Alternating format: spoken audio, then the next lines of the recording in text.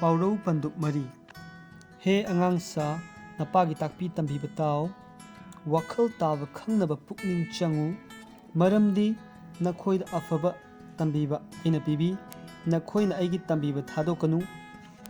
Maramdi ai ipagi macha nipa oirami. Imagi mityengda tanauba amasung amata ngaijaba macha oirami. Mahakna aibu tambikhi amasung engonda haiki naki thamoina aigi wasing asi setna thamsanu.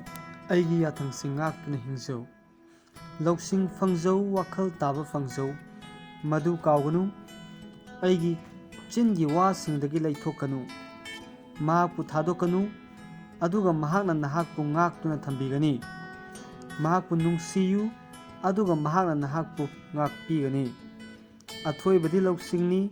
Lausing fangjau. Nahakna tansinba pumnamakta wakhal taba tansinjau. Mahakpu wangna thagalu. Mahakna nahakpu chawkhathanbigani. Nahakna mahakpu konsilabadi mahakna nangonda ikai khomnaba pubirakani. Mahakna nahaki kokta thaujangi lei pareng ama thonbigani. Mahakna nangonda matik mangangi luhup ama pibigani. Aigi ichanipa tao. Aina hiramsing asi lausilu. Aduga nahaki punsigi chahising yamgani.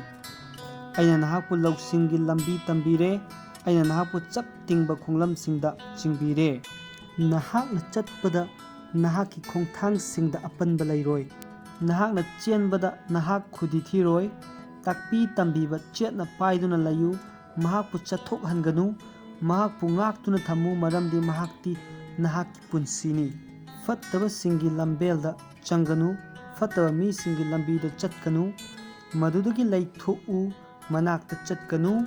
Madudagi mai onthoku amasung chathoku. Maramdi makhoina fattaba taudrabadi makhoina tumba ngamde. Makhoina kanagumba kharabu tuhandrabadi makhoina tumba yade. Maramdi makhoina fattaba singi tanchai tamthibagi yu thai.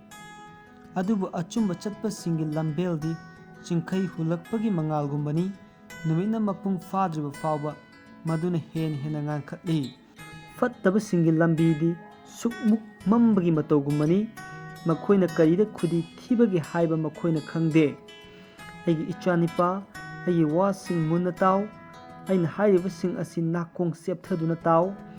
Naki mityengdagi makhoi chathoktasanu. Naki thamoinungda makhoibu thamu.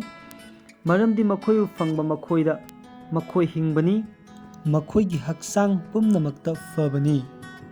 Sekshina nahaki thamoi ngaktuna thamu.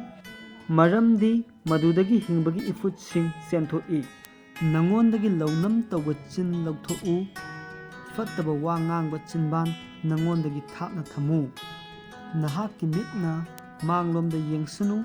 Naki mitpansingna nahaki mangda sumjung yengsanu. Naki khonggi khong lambi munna khalu. Aduga nahaki lambi pumnamak lengdana laigani. Oi amasung yetta laithokanu. Fattabadagi nahaki khong thangdou.